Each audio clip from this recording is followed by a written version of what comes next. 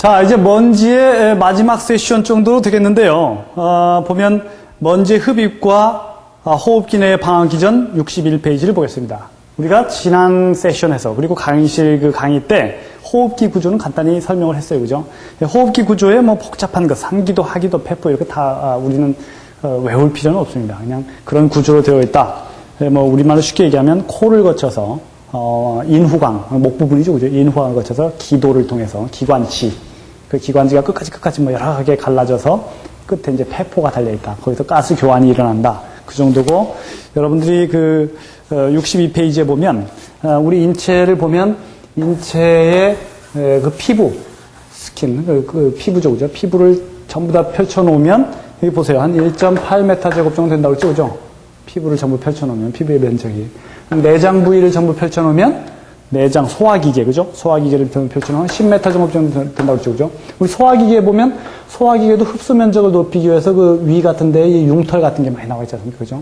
그 표면적인 게 흡수를 높이기 위해서 그렇습니다. 근데 허파에 있는 폐포의 표면적을 다 펼쳐놓으면 약 100m 제곱이 된다고 했죠. 그죠? 엄청난 그런 면적입니다. 즉 20m, 50m 정도 되는, 맞네? 50, 아니군요. 네. 2m, 50m 정도 되는 엄청난 그 면적이죠. 그죠? 이 정도 되는 그런 면적의 그 표면적을 가지고 있다. 허파가. 그렇습니다. 그죠? 결국 이 얘기는 무슨 얘기냐면 두 가지 의미가 있습니다. 이렇게 표면적이 넓다는 얘기는 하나는 가스 교환, 이산화탄소는 내보내고 CO2는 받아들이기 위한 가스 교환이 잘 이루어지게 해서 이렇게 돼 있는데, 그렇다는 얘기는 표면적이 굉장히 얇고 구멍이 작다. 그렇죠. 폐포에. 그러니까 먼지가 들어가면 피해를 보기가 쉽다. 그렇게 우리가 생각할 수 있겠죠. 그죠? 그렇습니다. 그래서 그 얘기가 63페이지의 모식도로 기관지가 여러 개 갈라져서 약 27번이나 갈라지는 그 정도의 엄청난 그런 가지를 가지고 있다. 그 중에 한 19번, 그 정도까지는 우리가 통기관으로서 튜브입니다. 그죠? 튜브. 튼튼합니다. 거기에 들어오는 먼지가 아까 얘기한 간섭 차단 또는 관성 충돌, 확산 그런 거에서 제거된다고 했죠. 그죠? 제거된다는 게 뭐냐면 벽에 붙는 거예요. 그죠? 벽에 붙으면 또는 이런 데 붙으면 내보내겠죠. 그죠? 그 내보내야 되는 것이 바로 다음 페이지에 있는 클리어링 시스템입니다. 인체 방어 기전입니다. 인체 방어 기전이 64페이지에 나와 있는데 그거 다음 페이지 하나 더 넘겨보면 65페이지 그림이 있어요. 그죠? 그 그림이 바로 밑에 있는 그림이 이 기관지 표면, 벽면 안쪽 내벽을 샘플을 채취해서 전자현미경으로 찍은 사진입니다. 마치 해초처럼 보이죠, 그죠? 바닷속에 있는 해초처럼 보이죠? 그게 털입니다, 그죠? 이런 실리아가 나 있는데 이 선모, 그죠? 털입니다. 내벽에 있는 선. 이것은 끊임없이 운동을 해서 위로 일생 동안 위로 헤엄쳐 줍니다. 그럼 그 위에 뭐가 있냐면 소위 얘기하는 그 뮤코, 다당질에 점액이 있습니다. 점액. 겔 상태나 조울 상태의 점액. 쉽게 얘기하면 가래 같은 겁니다. 가래나 코 같은 게 있는데 그것이 있습니다. 그 위에 모식도 한번 보면 그림 9-10 모식도 있죠. 그죠?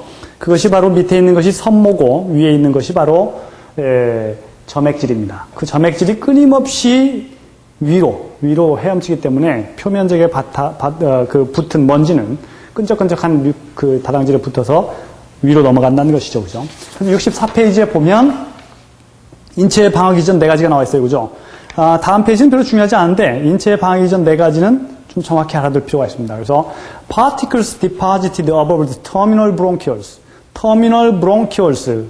이게 지난 시간에 제 강의 시간에 얘기했었어요. 그죠? 터미널, 종말, bronchioles. 모세기관지. 끝에 있는 모세기관지 위에, 19번 위에 있는 기관지에 침착된 파티클은 are cleared by the mucociliary escalator. 뮤코, 그죠? 뮤코, 점액질의 ciliary, 점액 선모, 그죠? 점액 선모, 에스컬레이터. 여러분들 에스컬레이터 타봤죠? 그죠? 백화점 같은 데 가면 에스컬레이터 위로 끊임없이 올려주는 거죠? 그죠? 그 에스컬레이터. 이게 점액 선모질의 에스컬레이터. 위로 올려주는 거하고 똑같지 않습니까? 예. 그래서 뮤코실리아리 에스컬레이터에서 제거된다. And reflex cough. reflex cough. 우리가 먼지를 잔뜩 들이마실 때 하고 기침하는 것. 그 reflex cough죠, 그죠? 기침 같은 것으로 내보낸다. 두 번째는 in the terminal bronchioles and alveoli. 이 종말모세 기관지나 폐포 이런 데까지 들어간 먼지는 어떻게 되느냐? 매크로파지, 매크로, 배, 파지, 식, 그 말입니다. 그죠? 먹을 식자입니다. 큰 잡아먹는 세포. 그거에 의해서 engulf particle, 파티클을 engulf, 딱 둘러싸서 잡아먹어서 carry them to the terminal bronchioles. 옮겨준다 이거죠, 그죠? 정말 모세기관지로 옮겨주면 거기에는 뮤코실리아에 의해서 위로 자동적으로 제거된다. 세 번째, particles that penetrate to the interstitium. interstitium은 폐포의 세포 간극을 얘기합니다. 거기까지 뚫고 지나간 것. 폐포 사이로 뚫고 지나간 것은 어떻게 되느냐?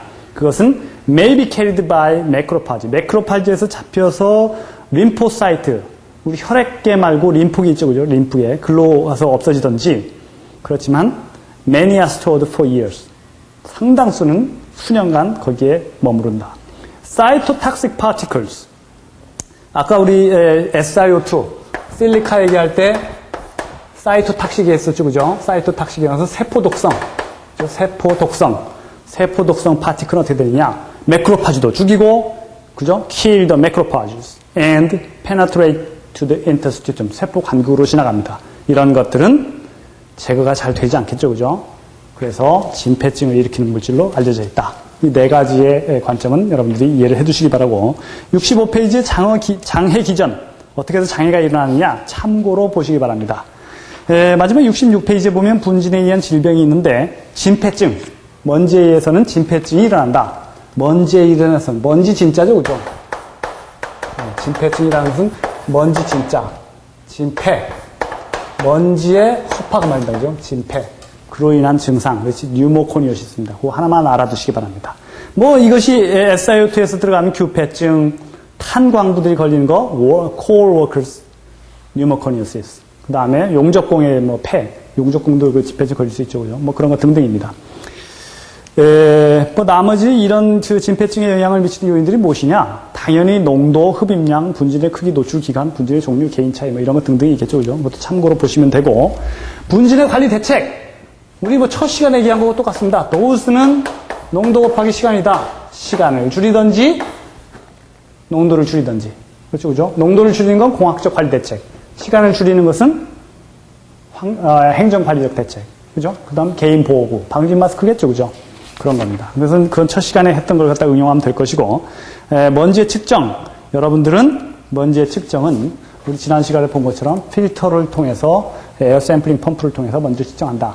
이 먼지 측정은 그 개념만 설명하고 더 이상 자세한 얘기를 하지 않았는데, 그것은 왜 그러냐면 우리가 3학년 때 환경 측정에서 실제 실습을 합니다. 먼지 측정에 대해서는. 그래서 그냥 그 정도 개념만 가지고 있으면 먼지에 대해서는 이해하는데 큰 문제가 없을 것이라고 생각이 됩니다.